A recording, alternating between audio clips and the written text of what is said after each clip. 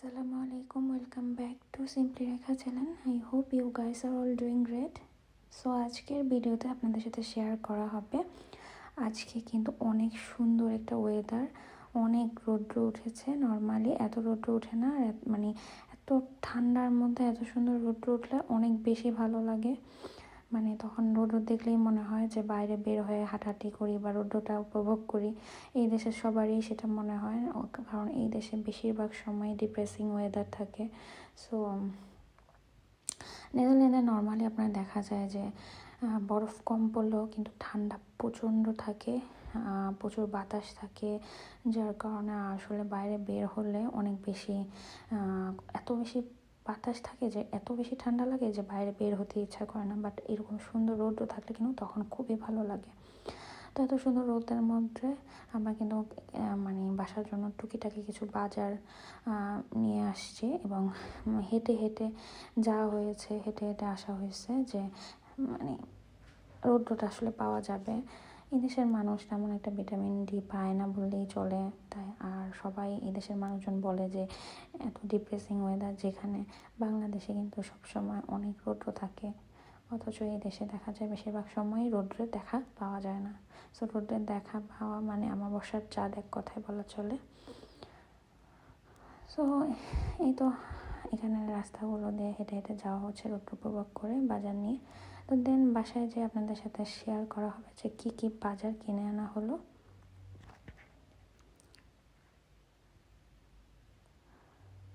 তো আজকে বাসায় চলে আসা হলো, এরপর এখানে টুকিটাকি কিছু জিনিস কিনে আনা হয়েছে। এই যে এখানে টর্টিলা রুটি কিনে আনা হয়েছে। এই টর্টিলা রুটিটা খেতে বেশ ভালোই লাগে, অনেকটা বাংলাদেশের পাতলা নান রুটি যেমন লাগে ওই রকমই লাগে খেতে।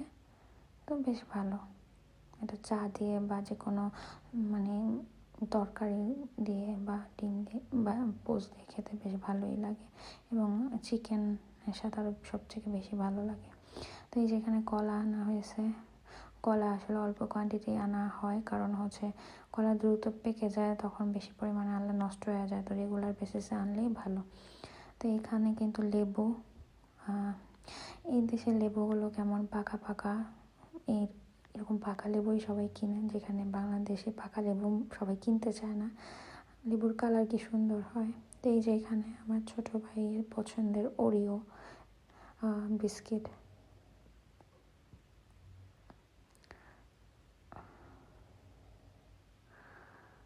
তো এই ওরিওগুলো বেশ ভালোই ছিল।